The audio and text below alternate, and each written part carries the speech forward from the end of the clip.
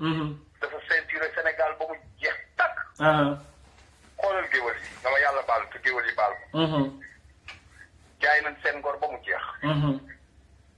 ay Xaadim Samb. ay ñeneen ak ñeneen ak ñeneen ak ñeneen ak ñeneen fu ñu toog di tagg Macky di wax Macky. waay ñooñu seen poos ak ñuy dugg si ñoom moo tax ñuy tagg. mais nag gis nga. mais gis ñu liggéeyu Macky. mais du géwél yi yëpp de géwél yi gore ñoom ñu nga toog seen i kër di gore de. non non moo tax généralisé wu ma. généralisé wu ma boo waxee rek joxe exemple. dëgg la ñoom xam nañ fi may waxee. géwélu Macky Sall yaa ngi si télé bi nit ñi xàmmee nañ leen. dëgg la. ok kon xam nañ fi may waxee. dëgg la. man géwél laa waaye xam ñoom xam nañ fi may waxee. dëgg la. beneen bi. xoolal grand théâtre la keroog bërki démb. dëgg la. waaye ñi fa doon def affaire xaw ma lu mu tuddati. woo ministre yi fii. woo député yi fii. gars yi daje fa baatare tribune bi ba mu fees dell ki xaalis. wallahi wallahi. pourtant moment bi loolu di am. étudiants yi ñu ngi grève. ñu baatare ko ba mu fees dell. di dox si kaw xaalis bi di taxawal si kaw xaalis. ba pare di dagg salaire enseignant yi. waaw. di dagg salaire enseignant yi. waay te loolu yëpp si naafeq la bokk. Sénégal dañuy naafeq gi moo bare amul gis nga yow. yàlla def la xiir yaa ngi wax dëgg. dëgg la. mais doo ci am dara. yàlla rek nga ci yaakaar na. dëgg la. Sénégal amul benn waxkatu dëgg bu ñuy dégg. Sénégal amul benn waxkatu dëgg bu ñuy dégg. dëgg la naafeq rek dañuy dégg. beneen bi mooy Pape Diouf. Pape Diouf man bettuma. Assane Diouf waxoon na ko. dëgg la. ñaareel bi. wane na ko. ndax bu ànd ak Youssou Ndour di ko wax di nekk ci ay service am. c'est parce que concurrence bi moo di Sénégal. dëgg la ñoom Wally Seck fël nañu keneen ak keneen fël na te moom dafa bëgg di feeñ télé. dëgg la. comme que dafa bëgg di feeñ télé nag il faut mu tapp di martaatu borom télé yi. dëgg la. loolu mënul ñàkk. kaawu Youssou Ndour. du ma bett warul bett kenn moom woyoon na fi. muy ànd ak buur a neex ànd ak buur bu faloo neex. dëgg la. gis nga. ñàkk na ñàkk jom boo xam ni. suba bu Karim Wade fal woon mu ñëw maral ko taata. non loolu moom dëgg la. fépp fu mu munti nekk. intérêt boppam moo ko fa bàyyi. moo ko fa bàyyi gars yi xamuñu kuy liggéeyal Sénégal ak kuy liggéeyal Sénégal. wallahi wallahi. Youssou Ndour lépp lu mu jox Sénégal Sénégal jox na ko lu ko ëpp te muy dëgg. mayuñu dara. saraxuñu dara. dëgg la. loolu muy jël di ko may waykat yëg yëpp. ay poudre la ay dóor marta le grand. dëgg la. am na feneen fu mu ko jëlewaat. am na keneen fu koy ni ko am sa xaalis sa bopp. dëgg la. Youssou mayewul dara. Sénégal nag nii la mel. Macky Sall dina gañewaat 2019. non. Sénégalais yi ñoo gëmul dara. Sénégalais yi Macky Sall xam na fu mu leen di jaar. dëgg la. ñoo xamul fu ñuy jaar Macky Sall. jël président. jox ko ay milliards. jox ko oto jox ko palais yor njabootam yor sécurité yor léppam. dëgg la. ba pare wàññeeku di ko tàcc la di ko tàcc di ko tëbal di tëb si ginnaaw bi yuuxu. kii yàlla tere. yàlla tere. wallaahi yore suñu xaalis. war ñu liggéeyal war ñu defal lépp. ba pare ñu topp sa ginnaaw du ndott ndott. dëgg la. man du ma ko defal kenn. du ma ko sax du ma la ko defal. dëgg la. liggéeyal nu. ndax loolu moo tax ñu bàyyi la. du ma la gërëm. yow yaa ñaan suñu baat. taataan suñu carte ba ñu yëkkati suñuy carte jox la ko. waay ba pare ñu wàññeeku di topp sa ginnaaw bi daw. du yoon. su ma ko naree def dal naa sàngoo suuf du ma ko def. wallahi rawal. ñëpp ay doome xaram lañu. xoolal ay mbaam lañu. dëgg la Sénégal ñoru leen. seen bopp rek moo leen ñor. dëgg la. billaahi wallaahi wa taala Sénégal mètre du ko bouger. xam nga maa ngi déggoon taayee am benn waay bu ni. Sénégal bu muy doogay jot indépendance. moom Corée ñoo yemoon xaw ma. dëgg la. romb nañ ñu bu yàgg. yàgg na ñun jikko yi la moo tax mënuñ dem. ñun dañuy tappale di dund. liggéey te beneen li mujj. grand. waaw ñun war na jot na léegi pour ñu xool li ñuy lekk ak li ñuy naan ci réew mi. waaw. parce que sénégalais. xoolal léegi xàmmeetuma leen xam nga tax xàmmeetuma leen. bu njëkk sénégalais yi dañ daan jóg taxaw. waay wane bëgg seen leen wane seen patriote. di bañ. nemm lañ def. mais xam nga lu waral loolu sama sëriñ. xaw Ousseynou ma am ndox mi ñuy naan moom lañ ñu. Ousseynou ñu noobe. Ousseynou lan moo xew waaw. déggoo leen li ma la xanaa sànq may la. Marème Faye Sall dafa jël ceeb Sénégal. waaw ceeb jox ko ay maire ñu indi ko fii France di ko toog di ko jox ay nit mës nga gis ceeb bu jógee xanaa ceeb kay France la war a jóge dem Sénégal waaye ceeb warul jóge Sénégal di ñëw France. bon man xam moo tax ma ni la. waaw xool li ñuy lekk xool li ñuy naan. na ñoom xamuñu fu ñu jaar. ba ñu teer. fu mu nekk nii sénégalais yi nemm lañ def nemm comme ay yambar. comme ay góor jigéen. mais nag gis nga loolu gis nga man d'accord naa xaramtu bi mu ngi ci de waaye uyu ma bëgg xaalis bi nga doon wax léegi li ci ëpp mooy bëgg xaalis ak ñàkk ngor. ñàkk ngor gi parce que bu ñu demee ba yaanaamaar mën a toog ni tëj seeni làmmeñ ñàkk ngor mënul weesu loolu te doon ñu tànqal fii bi fi Ablaye Wade nekkee te Ablaye Wade gën a téeméeri junni yoon Macky Sall. waaw xoolal. waaw gannaaw gisee. yow gannaaw kii. waaw Ibu. waaw xoolal gis nga fii. xoolal fii Espagne. fii président bi dina fi ñëw. waaw ba dem du kenn du ko topp. du moo xam sax dagam président boobu ñu ñëw. dëgg la. waaye yow fooy déplacer ay moto dar la ñu yàq xaalis bi fii di joxe ay 300 millions di dugg fii. wallahi arrogant bi ñu arrogant. Khalifa Sall buñ ko tëjee. ministre bu siy wax da ngay yaakaar ni mooy commissaire de police. mais bu ciy wax. da ngay yaakaar ni moom moo amee caabi kaso. wallahi arrogant di wax ak nit ñi mel na kuy wax ak seeni doom mel na kuy wax mel na ñoom ñooñu moom. doy na waar de. Moustapha Cissé Lo buy wax ak sénégalais yi day mel na moom mooy président de la. non Moustapha Cissé gisoo dégg na ku ciy wax gisoo xandal bi muy waxee. ma ne gisoo waa APR bu gisoo Mame Mbaye Niang xanaa. waaw waa APR bu yóbbu ki ñam di xoolal réewaange bu mat sëkk lay jaay sénégalais yi. comme ñoom dafa mel ni ñoom ñoo gën sénégalais yi. waaw mel na ñoom ñooy police. waaye respecté wu ñu nit ñi. mel na ñoom ñooy police. wallaahi mel na ñoom ñooy dogal. wallaahi ñoom ministre buy wax. da ngay amee baatu roi baatu. mais nit ñi di fas kanam di génne ay cuir. di mattatu. di dal mel na yow yaa moom nit ñi. billaahi. waaye dañuy seen mbaam. ñun dañuy seen doom raam. ñun ñoo ngi nekk fii Europe. xam nañ lu fiy daw xëy na Sénégal ji fi nekk te dugagul ci ñu bëri yeewooguñu. dëgg la mais ku dugg fii. boo ñibbee daa yeewu man xoolal damay toog man kese may reetaan. man mu wóor ma ni ñun dañ ñuy nax. wallahi. billaahi xoolal si ay nax yu tooy xepp la ñu tëdd. wallahi. suñu njiit yi dañuy nax suba di ñu nax guddi di ñu nax bëccëg. wallahi ñi def nii gëmuñu si dara. dara. billaahi wallahi wa taalaa. Ousseynou xam nga man dagguma la mais xam nga lu ma gën a jaaxal ci Sénégal yi man loolu rek moo ma xaw a impressionné ci ñoom. parce que nañ waxante dëgg man mënuma comprendre yow nga nekk ci ay problème yu dul jeex. lekkoon naanoo di rey sa bopp ci ay Macky Sall ak ma Demba ak man wax naa ne nee naa leen am nga droit xoolal dama ne Sénégalais bu ne am nga droit nga supporter nit jàppale ko ba mu ñëw au pouvoir. waaye xanaa boo wooteelee nit ba mu ñëw au pouvoir. yow wax dëgg yàlla boo xoolee di nga xam sa réew mi ndax kii mu ngi jëmale réew mi kanam wala lii réew mi jëmul kanam. xanaa wax dëgg yàlla waroo topp ci nit rek parce que Macky Sall la tudd wala Idrissa Seck la tudd wala Ablaye Wade la tudd. dëgg la booy topp ci nit da ngay am yaakaar ne bu ñëwee au pouvoir dina am changement. dana la defal dara. non mais réew mu bul ko wax yow sax mais da ngay ne dina def dara ci réew mi dina def réew mi di nga xam ne wuyu ma état de droit dina am. dëgg la justice bi dina jaar yoon. dëgg la soxla nit ñi dinañ ci jéem a taxaw. dëgg la ñi ñu fi fal duñ fi nekk di puukare. dëgg la waaw mais yow boo nga jàppale nit ba mu falu. nga gis boroom ak jabaram déjà Marème Faye Sall. saag boo ko gis mu gàddu xoolal saag boo ko gis man maa la ko waatal saag ay saag de marque rek lay gàddu saag boo ko gis mu ngi jar ay 8000 ay 6000 euros. loolu kay moom kenn waxatu ko. waaye yow nga gis ku nekk fële wuy ma nga gis ku nekk fële koo xamante ne day jàkkaarloog yaayam mooy xëy jaayi beñe pour ñoom ñu mën a ndékki mbaa ñu añ. yow nga yoree sa bopp ci Macky Sall. yàlla tere. donc est-ce que nañ wax est-ce que nit ku normal est-ce que nit ku normal war na raisonner noonu. man moom Macky du sama président. dama lay wax suma dëkk. man sénégalais laa. waaye man Macky du sama président. grand man maa ngi dëkk Ndar. waaye tey laa dëkk. tey jii occasion la sax pour ma waxaale suñu problème. dëgg la. man mool laa. woon. léegi nag dootuma mool laa woon. gis nga génn Ndar. géej gaa ngi koy lekk. dëgg la. gaa yaa ngi koy yóbbu gaa yaa ngi jël xaalis bi yóbbu grand théâtre. génn Ndar géej gaa ngi koy lekk. wallahi. da ngeen di toog benn bis ngi ni Ndar géej gi lekk. lekk na ko c'est vrai. li ko dalee goxu mbaaj ba feneen. géej gi mi ngi koy lekk. dëgg la. kenn waxu si. kenn du ci def kenn du ci dindi. dañuy bàyyi ba dëy am ñu commencé yuuxu tout à fait. problème yi bu mool yi amee problème génn Ndar. xam nga ni ñuy defam yóbbu fa xaalis. dàmp nit ñi ay millions yàq tasaare. waay dem seen yoon. dem seen yoon. loolu la njiitu Sénégalais yi di def. non doy na waar. liggéey yunu. Macky Sall nguuram liggéeyul dara xam nga lu muy def. achat de conscience rek lay def. dëgg la.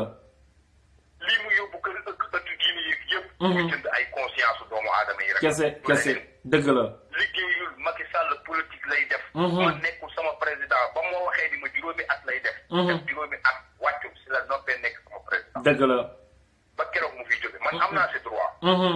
parce que moom moo ma waxoon lu mu deful man li ma ko waxoon def naa ko moom moo ma waxul lu mu mu defu. dëgg la.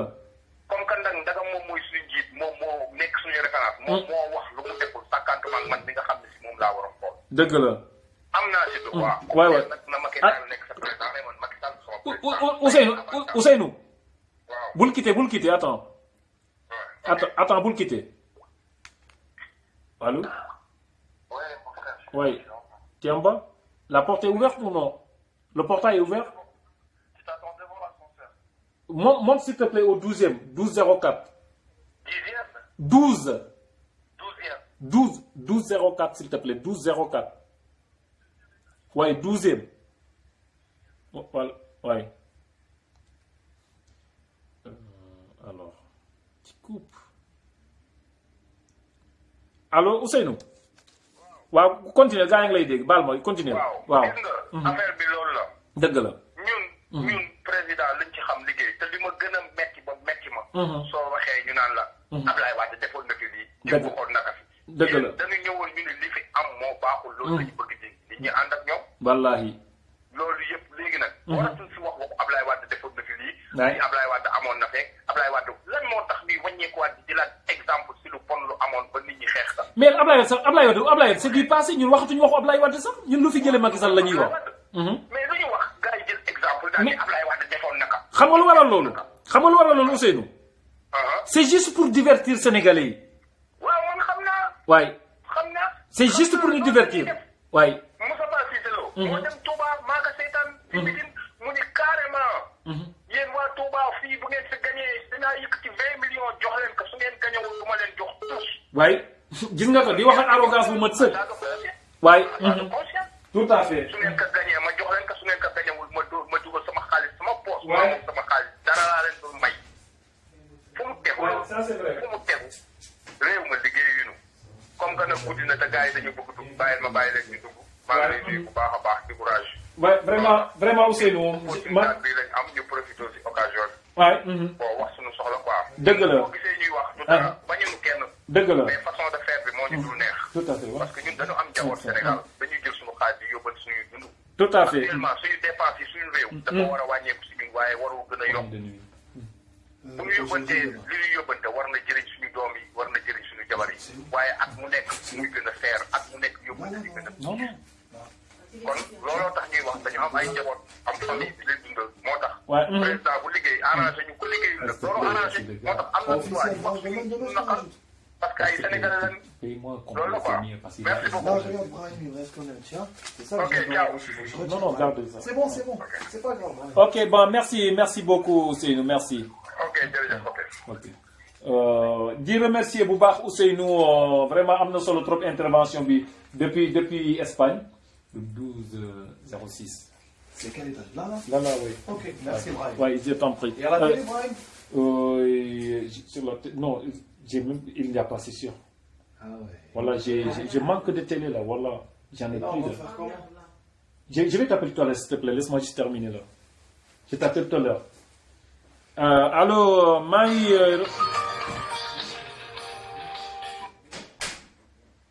Allô, salam alaikum. waa sëñ Ibrahima ñu ngi lay ziar. maa ngi lay delloo ziar bu baax na tey ba yaa ngi ci jàmm. ñu ngi sant bu baax a baax sëñ Ibrahima. waaw émission bi macha allah am na solo moom am na solo lool. merci beaucoup. li ma bëggoon a wax mooy si côté Touba bi. waaw.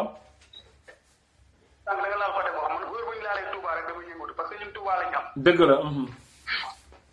parce que élection yi passé la fa am mus fa am Touba yàlla na yàlla jéggal ba biñ koy xoolee jamono jii nii. Touba lu fa musul am rek moo fay am. te ginnaaw yàlla ak yoon bi musul am. dëgg la. waaw musul am parce que li ko waral mooy Macky Sall moo ñëw bëgg a diviser waa Touba xool Touba si côté Ofotaal bi. waaw. ñu ne Diourbel moo nekk dëkk bi ëpp ger. te Diourbel xam nañu amul dara nan la mën a ëppee ger dëkk boobu Touba. doy na waar. xam nga ñoom ñuy joxañ boo xam ne ñun nit ñi il faut que waa Touba yi ñu góorgóorlu si benn côté bi parce que maa ngi ko doon jamono yële passé. waaw. Touba il faut xoolaat suñu taxawaay. il faut que ñu xoolaat suñu taxawaay bu baax a baax. parce que fi ñuy dëkkal. foofu. dëgg la. bu ñuy dëkkal dëkkuñu foofu te Ibu xam nga ni Touba. kenn xamu leen mbir yooyu dafa mel ni kon léegi côté Serigne si côté boobu boo ko waxee dañ lay si xaw a sikkal mais ñu si bëri war nañ mën a jël seen matuwaay daal. dëgg la. ñu bañ ñu ngi am ay bunt yoo xam. état mu ngi fay jaar pour gàttal ñu. dëgg la. waaw beneen bi may ñëw mooy si wàllu Pape Diouf woykat boobu. Pape Diouf waaw. Pape Diouf moom dafa nekk nit koo xam ne maanaam nit bu gëmul boppam moom dina yàgg di sox. dëgg la man nit ñaa ngi Pape Diouf mais man ki ma joxañ mooy Youssou Ndour. parce que am na loo xam bu ko mënul def si moom la koy jaarale pour mu defal ko. waaw. ci moom la koy jaare pour mu defal ko. dëgg la. parce que ñëpp xam nañ ni Pape Diouf moom Youssou Ndour mooy bàyyi. non mais est-ce que xam nga lu waral loolu. mooy li ma doon wax ci départ bi xam nga musiciens yi yu ndaw yi. xam nga lekkuñu naanuñu. mais dañuy bëgg a incarner dund boo xamee ni ñoom amuñu moyens yi. moo tax ils sont obligés ñuy sa mbay mbayaan. waaw parce que loolu rek lañ am. parce que amuñu leneen lañuy def sa mbay mbayaan boobu nag da leen di dugal parce que. tey jii moom parce que boo xoolee Pape dugal na boppam si histoire boo xam ne wala si loo xam ne ëllëg dañ koy ñetteel gis nga nit ki. da ngay am ibu ak mu demee nit ki da ngay am ak sa ngor ak sa dignité. dëgg la. nit bu la dara àdduna jaral dara parce que àdduna boobu distance bu gàtt te loo fi gis. day toll distance bu gàtt mu jeex. bu la dara jaral nga jaay sa ngor. dëgg la. parce que sëñ Cheikh Gaynde Fatma dégg naa mos nañ ne ko diw de daa jaay ngoram sëñ Cheikh Gaynde Fatma. mu leen gis am ngor ko am doo ko jaay. dëgg la de wallahi. waaw ngor ko am doo ko jaay. wallahi. daay jaay ngor rek xam ne daa mos am ngor. dëgg la. Assane Diouf li ñaan ko doon sikki mais li ñu doon wax yëpp ci ne sa waay jox nañu confirmation bi. parce que jox nañu confirmation quoi parce que nit ki à chaque fois loo mënti mel. ak nit koo mënti doon. am na si loo xam ne bu la ko àndee parce que déclaré na guerre askan wi. waaw mais Pikine xam nañ ni gëmu ko. amul Pikine. dafa déclaré guerre askan wi. waaw xam nga loolu moo tax bi may commencé ma lancé appel tous les sénégalais yi surtout yi ñu nekk extérieur man leen Pape Diouf moom bu tëgg seetee concert fu mu ko mën a tëggati fii Occident muy moo xam Europe la moo xam États-Unis fu mu tëggati concert man damay ñaan tous les sénégalais de l'extérieur ñu boycotté ko dafa yomb comme bonjour parce que mbéjum kanam nit moo koy fayul boppam. waaw kay mais nag sénégalais yi nag problème boobu ñu leen xam nga Sénégal la mooy suñu problème. wax ji dafa ëpp jëf ji. wax ji dafa ëpp jëf ji te nit ñi maanaam ñu si bëri na ma yàlla baal mais Sénégal boo ko calculé ñu naan julli ji dëgg mais naa fekk yi moo ko bëri ak nit ñi nga xam ne seen boos ak seen bopp rek. dëgg dara te yàlla tax. dëgg la. parce que man tey jii gars yi APR yi man foo ñu ma leen mais man dama bëgg képp ku si wax nga taxaw sa ba même quoi nga wax. dëgg la bañ a xool bañ a xool ay farafara. parce que nit ki da ngay sóoraale àdduna bi loolu wax dañ koy waxaat quoi bu la ko nit jaral. dëgg la. bu la benn nit jaral boo mën di àndal ak loolu mën di bëgg bu mu la jaral sa bopp bu mu la jaral sa bopp yow. dëgg la. bu la jaral ngay wax loo xamul wala ngay wax loo man li may contre Macky Sall. am ko maag moom mais du tee am na koo xam ne du ma ko wax parce que loolu moo leer bu ma ci wax. dëgg la. dañuy défendre nit ki parce que dama ko bëgg wala dafa maa nekk wala moom laa àndal. loolu boo ko ci yàq Sénégal. parce que nit ki ak ko mën di doon rek. waaw nit ku ma amul. dëgg la. bu baax la man nag Macky nag dëgg yàlla xam nga nit ki li la def baax na si côté bi man Macky dafa xool si bilan ba mu xooloo ko dégg man gisuma gis ci benn côté boo xam ne def na ko lu baax. dëgg la. man en personne gisuma loolu. en personne gisuma loolu. dëgg la. moo tax dëgg tey jii boo bëggee ñu ànd ak yow tey jii ñi lay jëriñ tey ñi lay wax boo nekkoon benn genre boo xam naa fekk nga wala nit nga nekk nit ko xam nit ku dëgg woon. nit ko nit ku dëgg woon yow yaay seen noonu. loolu moom am na. yow yaay seen noonu. ah là là. allo salaamaaleykum. allo salaamaaleykum Ibrahima. oui. salam, c'est Mohamed. C'est qui? Ah oui, ça va, comment tu vas? Oui, ça va. Oui, s'il te plaît, regarde, je suis très occupé là. Tu peux monter au 12e étage, s'il te plaît? Oui, 1204, s'il te plaît. Vas-y, j'ai pas fermé la porte, tu peux venir directement. Vas-y, à tout. Allô, Ousseynou? Allô? Ibrahima Nia, oh là là, désolé Ibrahima Nia. Ma xool na suma ko mënee dugg. Allô, salaamaaleykum. Allô? Allô, salaamaaleykum. Allô?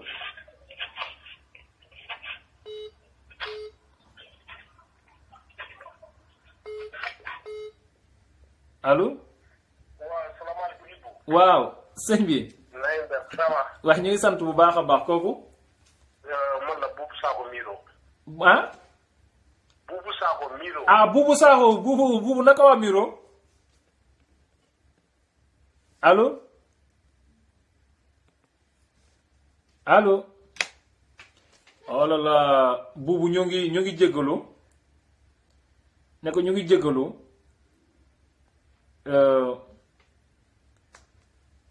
ñu ngi jéggalu bu baax Boubou 1 minute gars yi s'il vous plaît.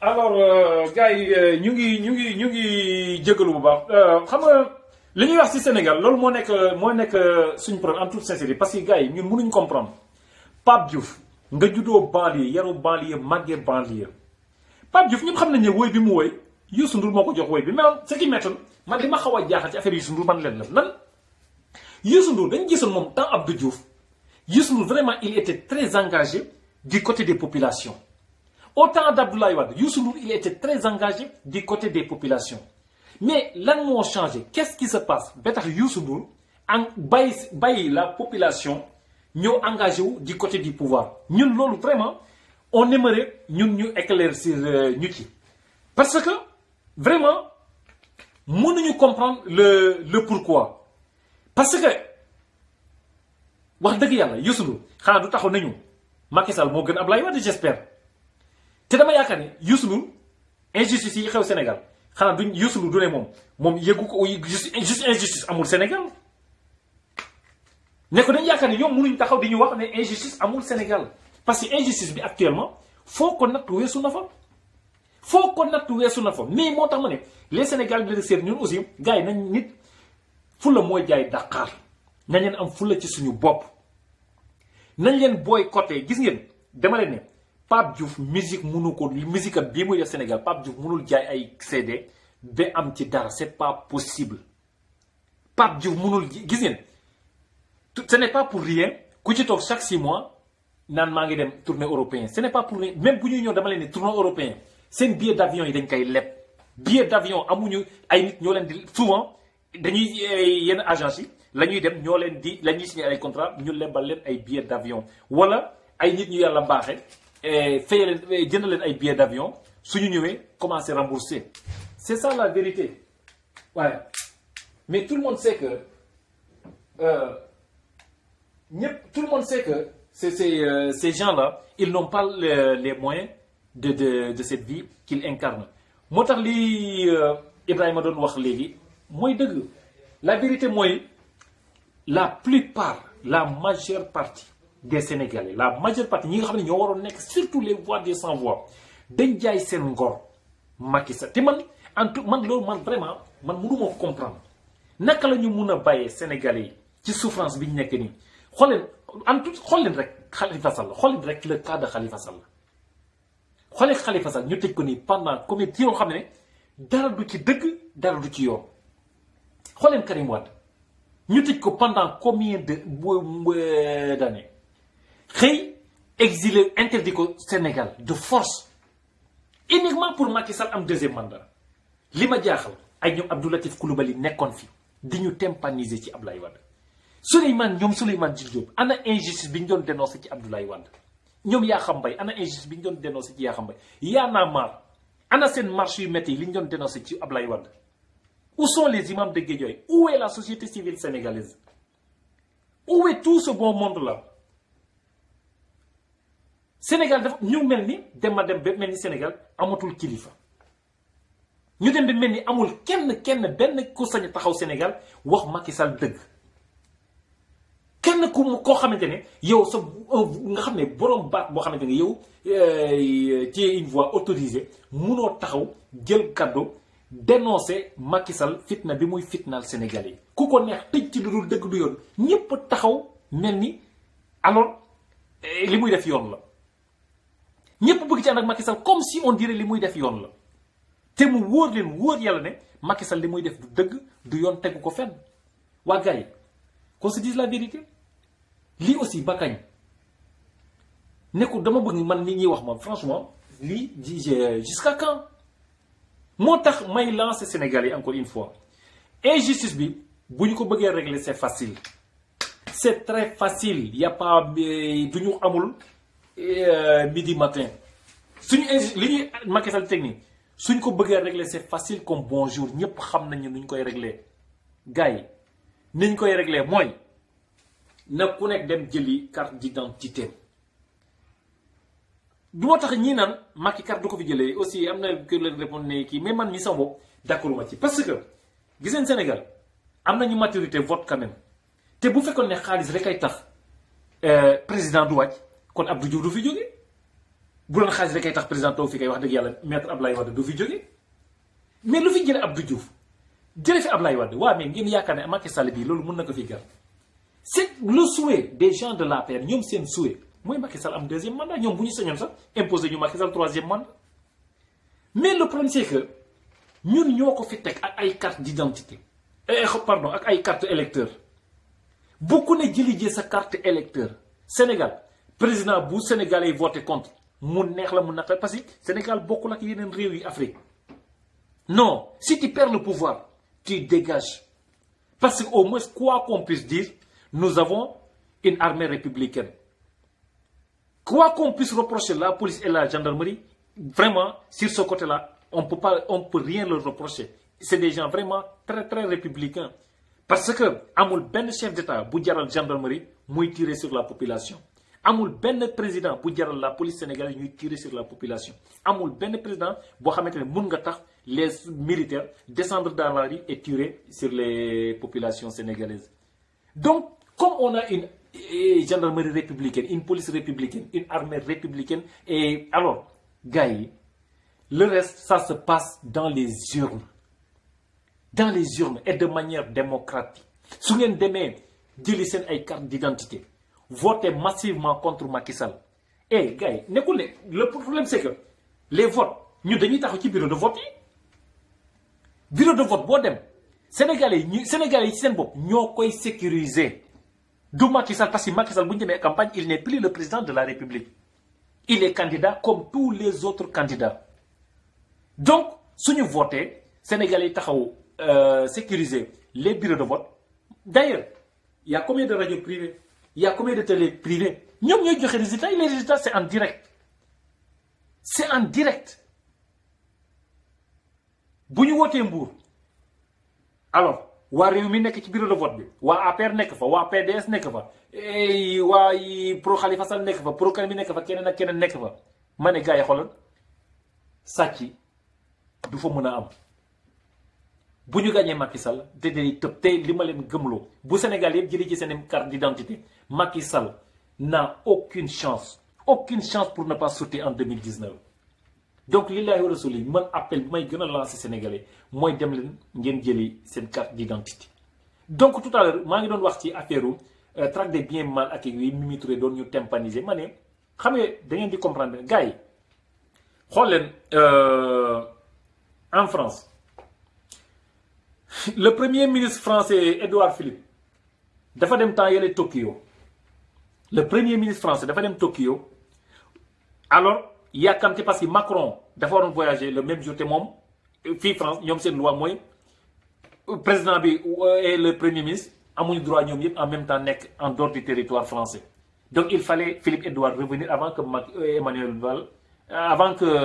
Macron ne prenne son vol gars yi yàkkamti boobu tax ñoom premier ministre ñu luyee benn avion benn vol Tokyo Paris à 350 000 euros juste 350 000 euros xool leen polémique xool leen ni ñu koy dénoncer fii France toute la population française di ko dénoncer mais gars yi may laajte bu nu ab xool leen oui viens vas-y viens désolé viens ma leen di laaj xool leen bu nu Ablaye Dione buy voyager c'est combien de viens vas-y ça va non c'est pas grave non vas-y viens ouais c'est sérieux t'inquiète. Ouais, salam rahmatullah. Ouais, je suis en émission. Ouais, ça va, alhamdulillah. Ça va? Ouais, bien. Vas-y, hein, ça va? Ouais, Ibrahim, j'ai le... Excusez-moi, les gars, s'il vous plaît, oui? Ah, pardon. Non, c'est pas grave, c'est pas grave. J'ai le fils de mon oncle, il m'a dit, vas-y, lui, la jeune Villiers, il m'a dit, viens avec moi un petit peu à la maison. Ouais. On parle avec les parents un peu. Comme ça, on va voir. Il n'y a pas de problème. Il veut... Je te dois quelque chose pour l'instant, moi? Ouais, s'il vous plaît, ouais. Je te dois quoi? Tu vas à la maison? Ouais, tu restes combien tu veux, hein, tu me laisses combien tu veux. Regarde, parce que là, pour l'instant, je suis pas... Là, je suis venu te voir parce que je suis pas sûr que je vais rentrer dedans. Ouais, il n'y a pas de problème, même si tu rentres pas, tu récupères tes trucs, hein. Ouais, voilà. Ouais. Dis-moi si je te dois quelque chose, c'est tout ce que je te demande. Non, si tu es sûr que tu rentres pas, si je vais le donner à quelqu'un d'autre, c'est ça le souci. D'accord, ok. Ouais. D'accord. Ok.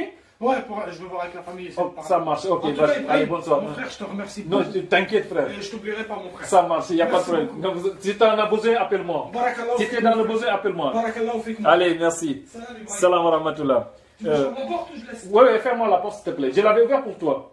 Et maa ngi jégalu gars yi ngeen baal ma maa ngi jégalu bu wër maa ngi jégalu. Alors, may dellu si waat ci li ma leen doon expliquer léegi tout à l'heure. Nañu fexe ñëpp dem jëli ci seen carte d'identité. Bu Sénégalais yëpp jëlee seen carte d'identité ñu voté massivement contre Macky Sall.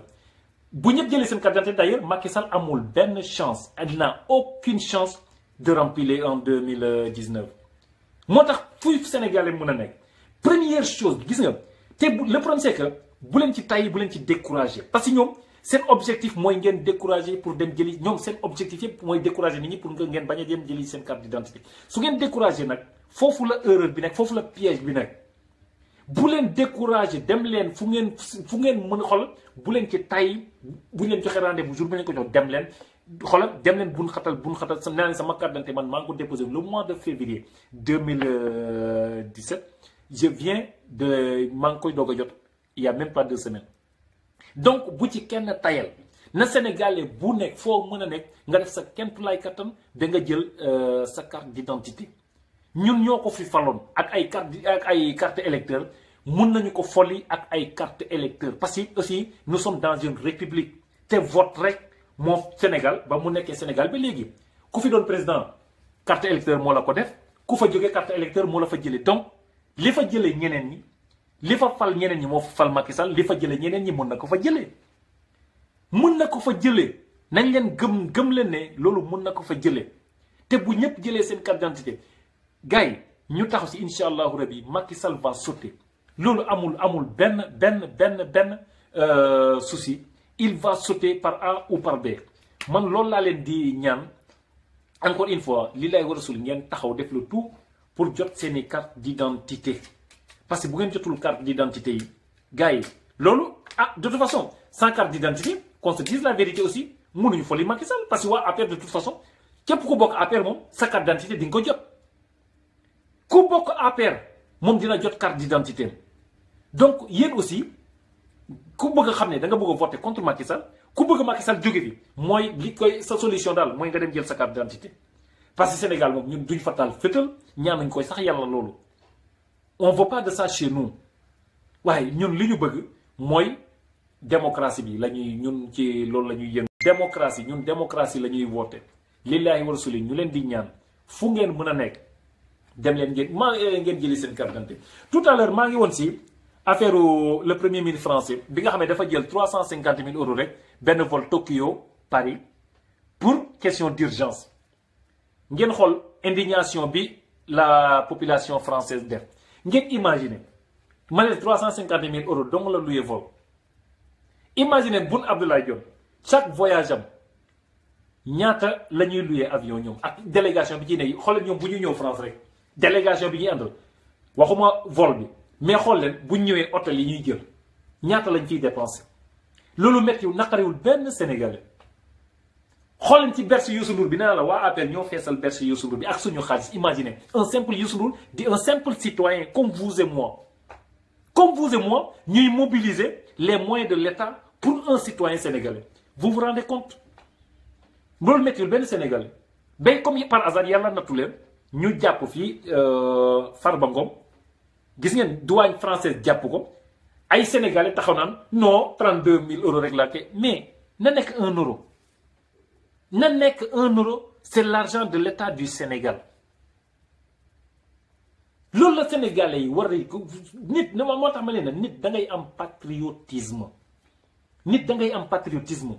te am patriotisme kese nee naa ne patriotisme moo mën a tax Sénégal changer ñeneen sans patriotisme buñ fi nekkee di coow fii ba lu ñu mënti def sans patriotisme du ñu changer suñu réew Sénégal daf ñu war a gënal lu ñu am parce que suñu réew la te képp nit kenn ku nekk nag ak ci boor boo mën a nekk foo mën a féete nga jàpp sa kéem lay kattan mais bu ngeen nangoo lii nga xamante ne complot bu metti bii nekk Sénégal xool nga ko Pape Diouf bu jógee woy Macky Sall Youssou Ndour bu jógee woy Macky Sall fu Macky Sall taxaw ñu koy sant ak gërëm dama leen ne ñun les pauvres citoyens nañ leen am fulla ak fayda bu mat sëkk ne ñun de façon ñun gisuñu suñu bopp ci Macky Sall ñi ci gis seen bopp nag moo leen di jox ay oto di leen jox ay millions te millions yi mu leen di jox yéen ak man ñoo ci yem képp ñoo ko moom suñu xaalis lay jël di leen ko jox ndax Macky Sall donul alal si ndey donu ko si bàyyi qu'on se dise la vérité ba 2002 Macky Sall mu ngi dëkkale di fay 50 000 loyers gars yi ku doon fay 50 000 loyers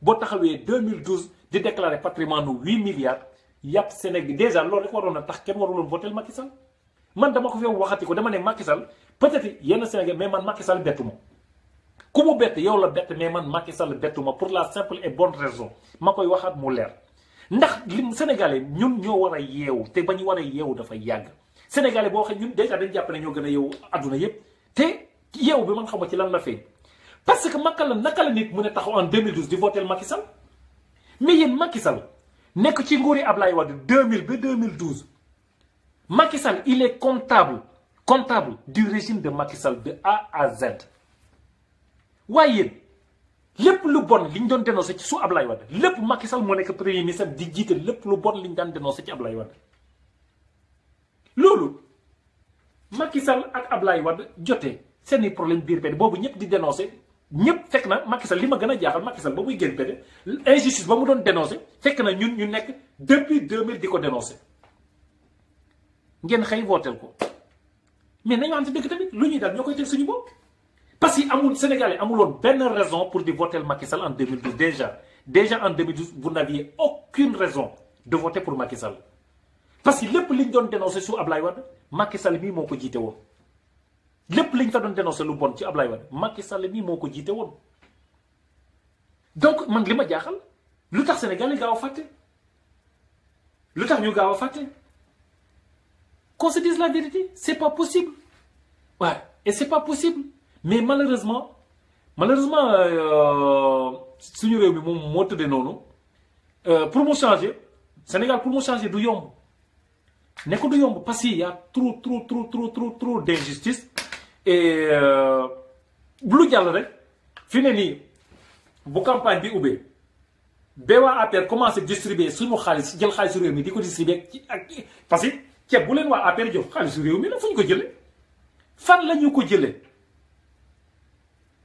t-shirt bu ñu jël jox leen ko sunu xaalis seen xaalis lañ jël jënd ko t-shirt jox leen ko mais di leen dugal ci ay bus comme ay xar di leen transporter pour ngeen di topp Macky Sall di ko tàccu la ko feccale au nom de quoi pour lan te yéen seen kër yi xiig di leen bëgg a rey ndox mu baax mun leen ko am seen biir kër yi mun leen a am courant bu doy seen biir kër yi seen doom yi mënuñu jàng bu normal gars yi lillaahi wa rasuli nañ leen yërëm suñu bopp aussi bu ñu bëggee affaire yi changer suñu bëggee yëf yi changer mooy que na ku nekk dem jëli carte d'identité am fulla ak fayda bu mot sëkk 2012 nga voté contre Macky Sall c'est la seule chose la seule arme boo xamante ne mooy tax Macky Sall jóge fi mais malheureusement encore une fois man li ma koy wax waa diaspora bi ñoom ñu ngi def vraiment seen kett lay kattan ñu ngi wax pour yee Sénégalais yi ñoo ngi manifester wu pour dénoncer les injustices ah lépp de toute façon les Sénégalais de l'extérieur lépp li ñu mën ñoom ñu ngi ci lépp ñun diaspora bi déjà bu dul woon diaspora bi sax qu'on se dise la vérité bu dul woon diaspora bi kenn du xam ne Sénégal injustice am na fa parce que wax leen ma ñi ne Sénégal qu'est-ce qu'ils font pour prouver que ça va mal qu'est-ce qu'ils font les gens au Sénégal lan la ñuy def pour wane ne rien ne va dans ce pays ñoom defuñu dara parce que Macky Sall jënd na tëj na gémmiñu nit ñi ñëpp ñi nga xam ne ñoo amoon baat pour mën a wax daf leen jënd leen ku mu mënul jënd mu jël jàpp la tëj mais gars yi qu'on se dise la vérité waaye Y'en a marre jaay nañu seen ngor Gueweulu Télé yëpp jaay nañu seen ngor société civile jaay nañu seen ngor les imams de Guédiawaye ak yeneen imam jaay nañu seen ngor les communicateurs traditionnels yëpp jaay nañu seen ngor ñooñu moom déjà man su ma amoon benn portion de pouvoir Sénégal loolu moom dootu amati Sénégal communicateur traditionnel su ma billahi bu ma yàlla defoon président wu Sénégal communicateur traditionnel dootu fi am di ngeen dem liggéeyi li ñuy def dafa yomb toog rek di sa mbayaan di gën a am xaalis ñiy xëy di wàcc suba ba ngoon jot ba pare avec ça moom tax ma leen corruption mënul jógee Sénégal qu'on se dise la vérité corruption mënu fa jógee parce que boo nekkee homme de loi di xëy taxaw ci télé bi suba ba ngoon jot di liggéey pour la république yow nga gaare dof bu mel ni Farba Ngom xam ni dem ak barki dem ñaata mënu ko am parce que juste géwélu Macky Sall la mu yore 4x4 bu tooy xam nga gaare ko mu saaga la jaar sa kaw dem sa yoon dem yoonam gars yi nañu wax est-ce que kooku dina amati courage pour taxaw di liggéey bala càkkay muy arrêté autorité enquête sax a def ci poche au final il a raison au final moom moo am dëgg te loolu mooy am Sénégal ñi dul def dara ñooy am xaalis di daw la ay oto yu rafet ñiy liggéey pour la bonne cause ñoom duñu am dara qu'on se dise la vérité les communicateurs traditionnels nañu waxante dëgg ay ñoom Khadim Samb ay ñoom Bekay Mbaye ak kii nga xam ne bëgguma kaa tudd sax te mu nekk TFM qu'on se dise la vérité lan la ñu nañ waxante ni ñoom lan moo li may wax leen ma lan mooy seen liggéey ban importance le communicateur traditionnel ba muy am importance mooy ba ñuy taxaw di waxal askan wi buñ doon dañuy taxaw di waxal askan wi ok doon na am importance mais bu fekkente ne te vraiment ñi gën a war a taxawu askan wi ñi ci war a jiitu mooy këru diine yi vraiment aussi ñaan nañu leen ñoom aussi ñuy rappeler le pouvoir là à l'ordre di rappeler waa APR à l'ordre di leen wax ne askan wi sonn nañ di leen wax ne askan wi tàyyi nañu di leen wax ne jox leen nit ñi seeni carte d'identité di leen wax ne bàyyi leen nit ñi ngeen di tëj te defuñu dara mais malheureusement boo demee fii ñu ne la Macky balaa ngay wax ne 7 ans laay def mën nga leen wax ne damay def 10 ans ñooy nga jógee fa dem fële ñooy la sëñ bi nee naa ñëpp yaa ma ci gënal gars yi qu'on se dise la vérité fu ñu jëm bu ñu amul kenn ku ñu waxal fu ñu jëm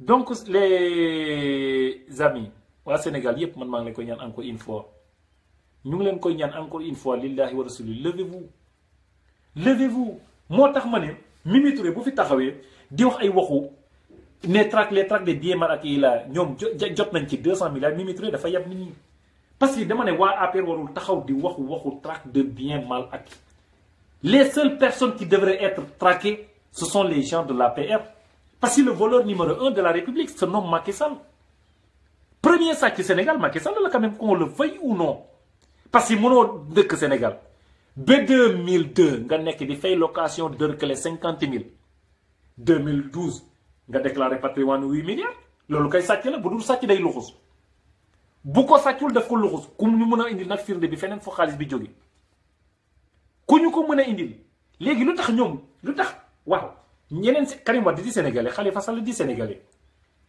ñu jiñ leen ne li ñu yor ñoom lewul te Macky Sall ñëpp teg seen i bët ne li mu yor man waxuma sax waxu Macky Sall mais Aline Sall ku ko ëpp xaalis Sénégal kan moo ëpp Aline Sall xaalis Sénégal lu tax justice parce que ñoom Sall lañ sant léegi sant Sall moo gën yeneen sant yi Sénégal yëpp wala nga sant Faye wala Timbo léegi ñoom ñoo gën ñoom seen famille ñoo gën yeneen famille Sénégal yëpp mais c'est normal parce que ay sénégalais ñooy cautionné loolu ay sénégalais leen topp di leen tàccul ci loolu eh bien c'est normal bu fekkee ay sénégalais mun nañu d'accord ci ni benn famille ñëw ci réew mi yéen ngeen voté leen dénk leen seen alal ñuy puukare seen alal nekk seen yaataa yumbe yéen ngeen di jóg di daw di daanu di lekku leen naanu leen fees ak ay problème ba pare famille bële lu ñu def ngeen tàccul leen eh bien tant mieux nekku tant mieux mais nag loolu du bëgg sa réew loolu du patriotisme patriotisme nee naa leen ku nekk sañ nga am sa candidat bu la neex nga ku mu neex àndal ak Macky Sall ku mu neex mun nga ànd ak Karim Wade ku mu neex nga ànd ak Idrissa Seck ku mu neex nga ànd ak Khalifa Sall ku mu neex nga ànd ak Cheikh Bamba Dièye ku mu neex nga ànd ak Moustapha Sy Djamil mais dama ne boo ànd ak nit ki ba mu yegg au pouvoir buy def loo xamante ne du intérêt Sénégal yëpp da nga ko war a tourner le dos. loolu mooy patriotisme loolu mooy engagement politique mais doo ànd ak nit rek parce que Fatick la dëkk Fatick laa dëkk doo ànd ak nit rek ci parce que Thiès la dëkk Thiès laa dëkk déedéet doo ànd ak nit rek parce que alpulaar la alpulaar nga doo ànd ak nit rek parce que murit la wala tijaan la déedéet da ngay ànd ak nit ngir sa intérêt nga xalaat ni kii mun na jëmale sa réew kanam bu loolu amee boo gisee bu yow na réew mi kese tax nga ànd ak moom parce que réew mi rek a leen boole réew mi dong moo leen boole ñi fi yuuxu Macky Sall ba Macky Sall di wàcc nguur gi am na ñoo duñ ko mës a teg seen bët donc lu tax ngeen bëgg a ànd ak moom rek parce que Macky Sall la tudd qu'on se dise la vérité pour lan bu ngeen gisee ne mu ngi avancer le Sénégal on peut comprendre su ngeen gisee ne mu ngi doxal dëgg di doxal yoon on peut comprendre mais Macky Sall doxalul dëgg doxalul yoon waa këram nekk bi di sàcc alalu réew mi ngeen di ci teg seen bët ay géwélam di sàcc alalu réew mi ñu leen di jàpp ci ay aéroport européen ngeen di ci teg seen i bët loolu yëpp ngeen dëggaat ko ne loolu yëpp baax na loolu yëpp ngeen ne baax na mes très chers amis loolu du Sénégal du mën a changer Sénégal du mën a changer dama ne premier ministre France avion la loué Tokyo ñëw Paris France yëpp di ko yuuxu ne ko du dëgg du yoon Boun Abdallah Dionne déplacement bu mu def Paris Dakar ñaata nit délégation bi ñaata nit a ciy nekk ñoom seen chaque déplacement ëpp na 1 million d'euros chaque déplacement Macky Sall ëpp na 1 million d'euros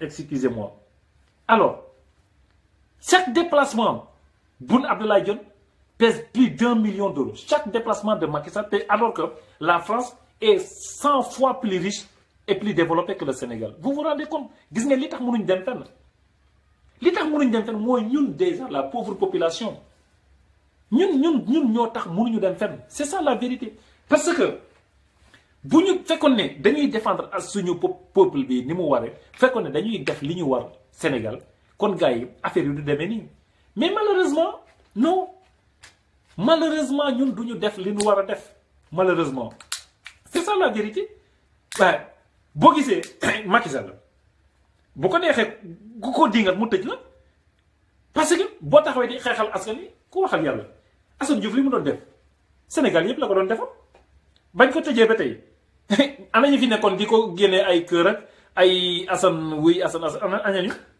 gisatu leen ci kenn déggatu leen ci kenn malheureusement bañ ko tëjee ba tey bañ tëjee Assane Diouf ba tey Assane Diouf bu doon def laay ay ñaata vues lay minimum ay 30 000 vues ay 40 000 vues où sont ces 40 000 personnes où sont-ils ñeneen boo c'est activistes yëpp parce qu'ils sont en Occident ñu ngi bitim réew ñëpp c'est des immigrés alors que c'est les Sénégalais qui sont au Sénégal qui subissent l'injustice de Macky Sall pardon excusez-moi ce sont les Sénégalais qui sont au Sénégal qui subissent la malgouvernance de Macky Sall mais eux ils font rien duñu manifester duñu wax duñu jóg mais c'est incroyable ah gars yi de toute façon réew mi du changer de lu leer laa ne wax parce que ñun ñoo ko mën a changer ñun nous les Sénégalais ñoo ko mën a changer te pour ñu changer que excusez-moi pour ñu changer que mooy que eh bien ku ne day jóg def li mu war a def c'est ça la vérité mais si vous ne faites rien ah bu ko ne toogee sa ruq rek lekk sa ceeb naan sa ataaya te naan Macky baaxul mais Macky nu muy xamee ne baaxul naka la Macky di xamee ne baaxul man loolu laa leen bëgg a laaj yéen ñi nekk Sénégal ngeen wax ñu naka ngeen yéen franchement excusez-moi ma jël dolo naka comment c'est fait naka la Macky Sall mu ne xam ne moom baaxul en toute sincérité comment man dama bëgg rek ngeen wax ma waaw parce que c'est pas possible waaw Macky baaxul boo xamante ne gain jéemu leen dara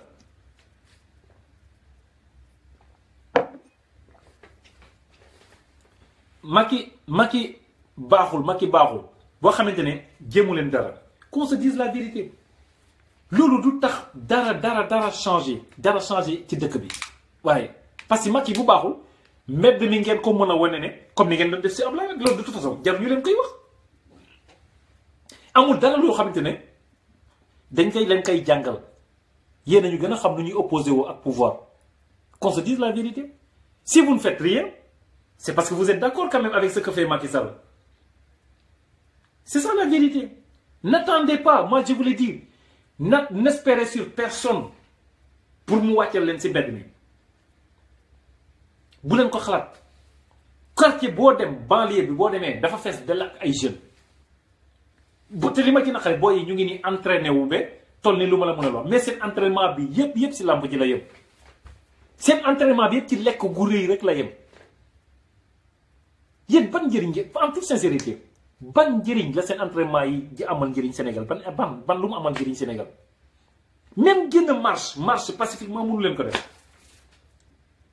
Oui, le problème, acceptez d'aller tous en prison. Mais si le peuple n'est pas debout, rien ne changera dans ce pays. Pour que ça change, il faut que le peuple soit debout. Comme la liberté a un prix. Ce Sénégal, lu yomba régler là. Il suffit juste que tout le monde se lève pour que Macky Sall ouvre finalement ses yeux.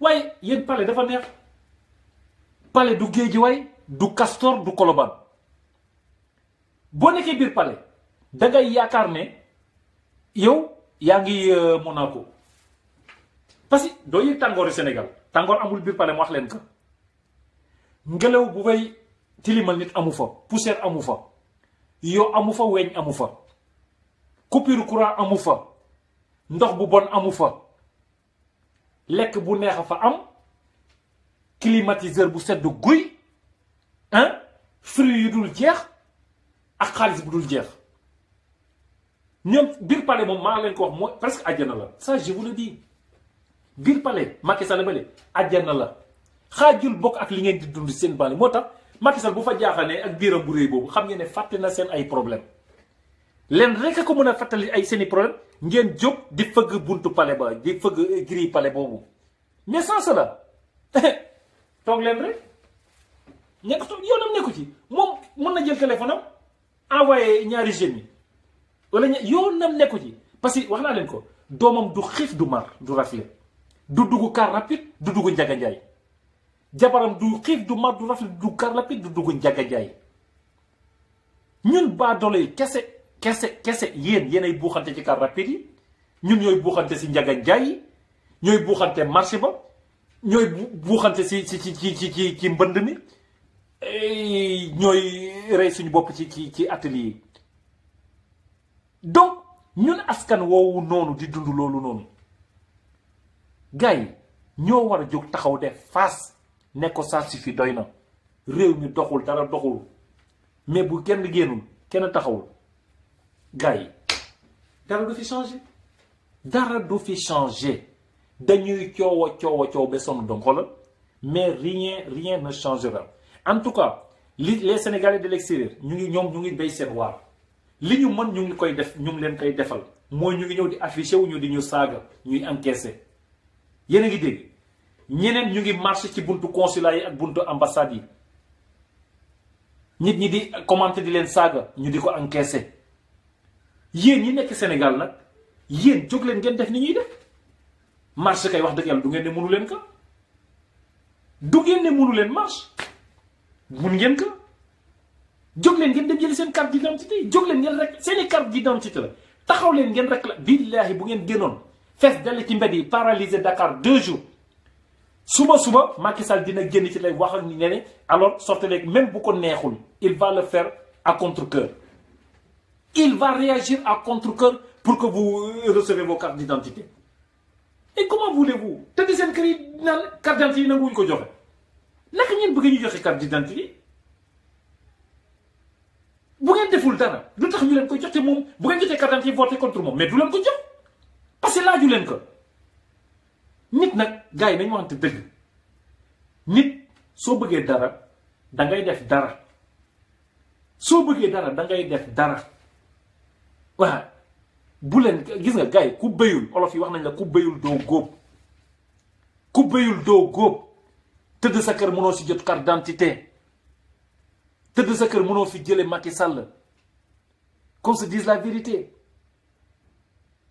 jóg leen waa APR moomuñu Sénégal waa APR gënuñu leen a nekk ay sénégalais su waa APR sañee taxaw di tàgg Macky Sall ay communicateurs traditionnels sañee sénégalais yi ngeen sañee taxaw ne Macky Sall dara doxul am ngeen ci plein droit waxuñu ngeen lakk bis waxuñu ngeen tëj pën waxuñu ngeen lakk station waxuñu ngeen saccagé commerce jàmbur dañ ne ngeen wàcc taxaw si mbedd mi wane seen naqar pousser Macky Sall mu génne carte d'identité yi jox leen ko pour que ngeen ñu mun a voter wàcce ko fi mais sans cela vous voulez qu'on fasse quoi lan ngeen bëgg ñu def ñun de li ñu mën rek la ñun de ñu ngi def li ñu mën ñu ngi ñuy saaga guddi ak bëccëg lu nekk lañ ñuy yëkk guddi ak bëccëg te Sénégal doo nga tax parce que ñun bu leen fàtte ne dañoo am suñu ay liggéey dañuy xëy liggéey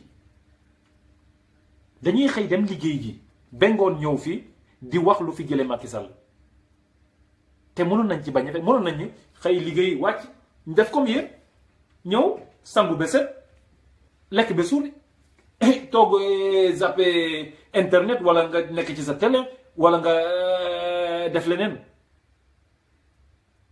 mais xam ngeen ne gars yi li ñuy def ni dara gënul metti toog di live laaj leen ñëpp ñuy def live lu ko gën a metti amul mais bu soobee yàlla incha allahu rabbi ñun suñu combat dinañ ko continuer ba biir Sénégal man je me prépare pour aller dinañ def suñu combat dinañ ko continuer ba biir Sénégal encore une fois bu ñu fa demee dañ def suñu kent lay kattan mobiliser le maximum d'avocats pour jarale communication bi le maximum possible pour que Assane Diouf au moins moom mën a jot sa liberté loolu au moins il mérite parce que moom il défendait Assane lii fa mu nekk na le Sénégalais yi tax mu nekk fa il défendait la cause populaire qu'on le veuille ou non il défendait la cause populaire loolu moo ko yóbbu fa mu nekk na le donc waruñu ko fàtte benn yoon waruñu tëdd di nelaw benn yoon dañu war a jóg dañu war a taxaw jàppale ko s'il le faut ñun yëpp ñu dem fekk ji ko foofu gis ngeen gars yi heure dee bu jotee ku deewul doo gor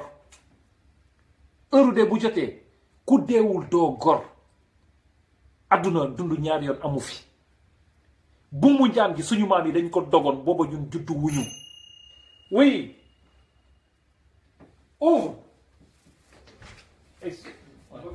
oui ça va suñ bu mu njaan gi suñu maam yi dañ ko dogoon booba ñun juddoo guñu donc on waruñu accepter lii Macky Sall di ñu teg qu'on se dise la vérité waruñu ko nangu ci dañ ko bañ ci Abdou Diouf bañ ko ci Ablaye Wade wax leen ma au nom de quoi moi je veux juste que quelqu'un me dise au nom de quoi devons-nous l'accepter sous Macky Sall au nom de quoi ce que nous avons refusé à Wade à Abdou Diouf pourquoi nous devons l'accepter pour Macky Sall pourquoi en toute sincérité je sais que le régime de Macky Sall est pire que tous les régimes qui l'ont succédé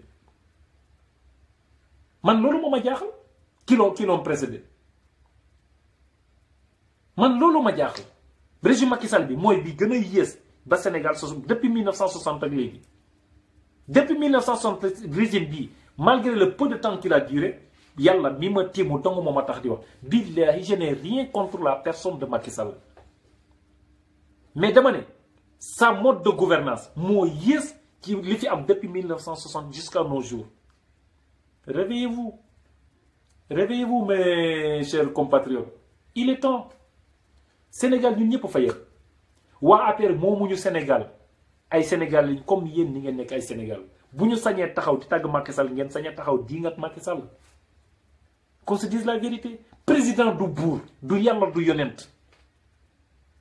dafa ñëw am lu mu lu dig Sénégalais yi ngeen am yaakaar ci digge googu ba votel ko teg ko fi mais lillaahi wa rasuli bu leen diggee retourner li mu diggee defu ko mais am ngeen droit nag plein droit gars yi retirer confiance bi ngeen ko joxoon yéen a taxawoon di ko tàccul sañ ngeen a koo taxaw tàccul la mu la diggi so ko sañ ngaa taxaw yuuxu ko il est où le problème il est où le problème Macky Sall lu mu leen digul wax leen ma te diggéen yépp benn defu ko ci benn respecté wul benn engagement benn moo fi diggé woon dinaa def dindi sama mandat 7 ans def ko 5 ans mu ngi di ci wax buñ doon 5 ans la ñuy wax kenn waxatul waxu Macky Sall kon jóge woon na fi bu yàgg moo leen fi waxoon ne gouvernement moom 25 000 duma ko weesu mu ngi nii ci ay 80 ministres moo leen waxoon ne népotisme jeex na fi népotisme ni mu mel su Macky Sall musul am Sénégal ba Sénégal sosoog léegi mu ngi ni kenn waxul sax ay rakam mais famille jabaram yépp a ngi ci nguur lépp luy xeetam ba ci ay géwélam mu ngi leen jël dugal ci biir nguur gi moo leen waxoon moo ñu digoon état de droit amul Sénégal musul ñàkkee nii musul injustice bu toll nii di am Sénégal musul am bi Sénégal sosoog léegi ba Macky Sall imagine depuis Macky Sall faloog léegi élection Macky Sall élection bu jaar yoon mënu ko organiser Sénégal même Yaya Jammeh moo gën a démocrate Macky Sall qui pouvait imaginer ça kan ci yéen moom mën a imaginer en 2010 que Yaya Jammeh moo gën a nekk Macky Sall démocrate personne ne pouvait l'imaginer parce que Yaya Jammeh au moins dafa organiser ay élection perte ko mais Macky Sall a ngi nii mënu sax nangul sax organiser ay élection alors de grâce mes très chers amis Sénégal lii rek la problème bi yëpp li ñuy wax Macky Sall man laissons de côté Macky Sall problème bi léegi ñun la ñun Sénégalais yi parce que la balle est dans notre camp gis ngeen la balle est dans notre camp gars yi xoolal caaxaan dafa jeex nañ wax nañ bàyyi caaxaan yi problème bi du ñun du Macky Sall ñun la parce que Macky Sall tegu ko boppam ñoo ko fa teg mais bu fekkee ñoo ko fi toog ba pare nanguwuñu def dara contre moom eh bien assumons lépp lu ñëw nañ ko assumer c'est ça la vérité on veut rien faire eh bien continuons comme ça ah de toute façon man mon combat de façon personne je dis personne du saaga du menace du lii du laa du lële incha allahu rabi nee naa dinañ dem Sénégal dinañ dem jéem a contacter maximum d'avocats pour aider Assane Diouf pour mu jot liberté man dinaa ci def sama kéemtulaay kattan bientôt incha allahu rabi je serai à Dakar je ferai mon maximum li ma man personnellement dinaa ko def xam naa ne man kenn awma kattan gu ma jaamarloo ak Macky Sall ak waa APR awma kattan gi mais dinaa lancer appel toute la jeunesse sénégalaise ñu ñëw di def ay marche comme niñ ko daan defee su Abdoulaye Wade parce que nag Macky Sall mënuñ ko fal démocratiquement mun nañu du ngeen marche loolu mënul am suñu carte d'identité dinaa marche man jot na sax mais dinaa marche pour ñeneen jot seeni carte d'identité dinañ dem di déposer ay autorisation bu ñu ko signé parce que c'est une loi constitutionnelle suñu loi de la constitution sénégalaise moo ñu permettre pour ñu boo amee loolu neex nga marche dañ doon marche su Abdoulaye Wade di marche su Abdou Diouf di marche su Senghor alors si les années 60 les gens marchaient pourquoi en 2017 les gens ont peur de marcher au nom de quoi pourquoi manifestez votre mécontentement mais du ay toog di wax rek gars yi dañoo wax ba sonn encore une fois je lance un appel à la jeunesse sénégalaise à la banlieue dakaroise je vous lance un appel de descendre dans la rue et réclamer vos cartes d'identité réclamer un état de droit c'est la constitution moo leen ko may Macky Sall def ko fi fekk suñu maam yi tubaab yi ay canon lañu yoroon suñu maam yi taxaw di jàmmarloog ñoom yéen suñu maam yi buñ meloon ni ñun kon ba tey Sénégal weex na tam parce que kon nit ku ñuul amatu fa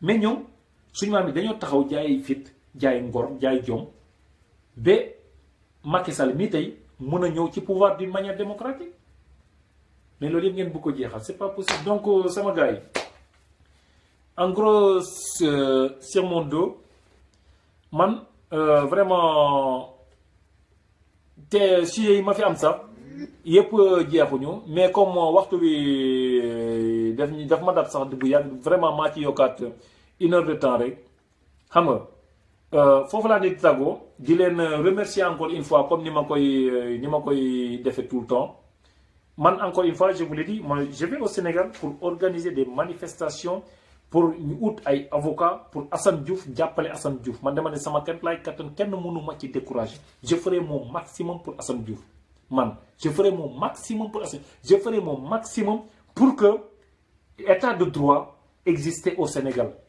kuñ ci bëgg a fekk kaay fekk ci kuñ ci bëggul fekk et bien tant mieux ku mu neex tëddal sa kër nelawal mais ñun suñ combat pour le Sénégal dinañ ko mëne ba fu mu yem waaye Sénégal la waaw donc gars yi foog ñu taxaw parce que man mënuma comprendre seen réew ngeen ne mënu leen ko xeexal waaw da ngeen war a jóg ñu xeexal réew mi ndax Sénégal ñoo ko moom encore une fois vraiment maa ngi leen di remercier bu baax a baax di leen sant di leen gërëm vraiment amu leen morom gars yi yéen a amul morom du man waaw nekk du man yéen la parce que aussi vraiment